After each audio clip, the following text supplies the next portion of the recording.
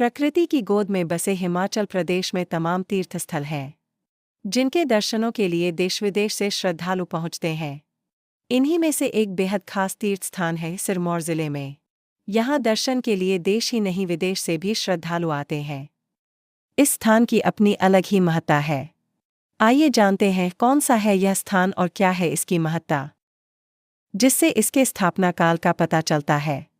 यहाँ वर्ष भर सैलानियों का तांता लगा रहता है। इस देवस्थान को ट्रैकिंग के लिए भी जाना जाता है। भगवान शिव ने ऐसे की अपने भक्त के प्राणों की रक्षा। शिरगुल महाराज मंदिर को लेकर पौराणिक कथाओं में शिव भक्त चूरू और उनके बेटे का जिक्र मिलता है। कथा के अनुसार चूरू अपने पुत्र के साथ इस मंदिर में दर्शन के लिए आया था। उसी समय अचानक एक बड़ा सा सांप न जाने कहां से आ गया। देखते ही देखते वह सांप चूरू और उसके बेटे को काटने के लिए आगे बढ़ने लगा। तभी दोनों ने भगवान शिव से अपने प्राणों की रक्षा करने की प्रार्थना की। कुछ ही क्षणों में एक विशालकाय पत्थर उस सांप के ऊपर जा गिरा। साथ ही उस जगह का नाम भी चूरधार के नाम से प्रसिद्ध हो गया। इसके अलावा चट्टान का नाम चूरू रख दिया गया। कहा जाता है कि हिमाचल प्रवास के दौरान आदि शंकराचार्य ने इस स्थान पर शिवलिंग की स्थापना की थी। इसी स्थान पर एक चट्टान भी मिलती है। शिव मंदिर ऐसे हो गया चूरधार। कहते हैं कि चूरू और उसके बेटे की जान बचने के बाद दोनों ही भगवान शिव के अनन्य भक्त हुए।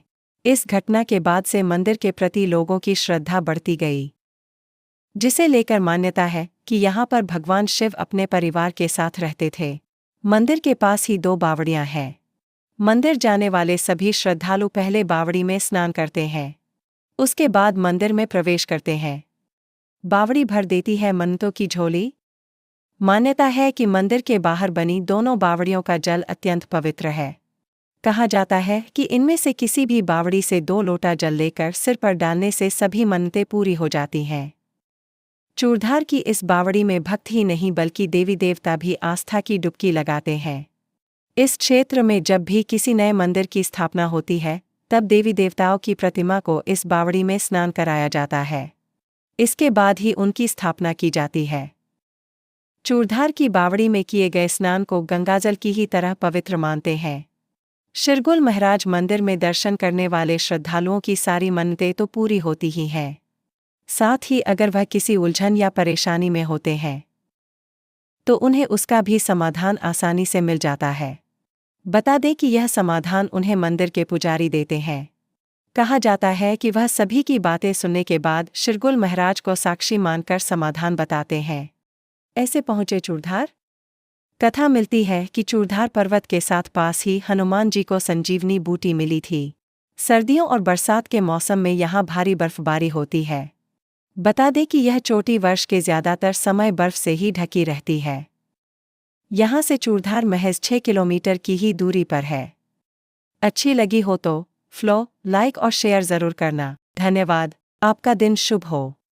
चूरधार जाने के लिए गर्मियों का मौसम सबसे मुफीद माना गया है। इस पर्वत पर पहुंचने के लिए मुख्य रास्ता नौराधार से होकर गुजरता है। यहाँ से चूरधार की दूरी तकरीबन 14 किलोमीटर है। दूसरा रास्ता सराहन चौपाल का है। यहाँ से चूरधार महज 6 किलोमीटर की ही दूरी पर है। अच्छी लगी हो तो फॉलो, लाइक और शेयर जरूर करना। धन्यवाद। आपका दिन शुभ हो।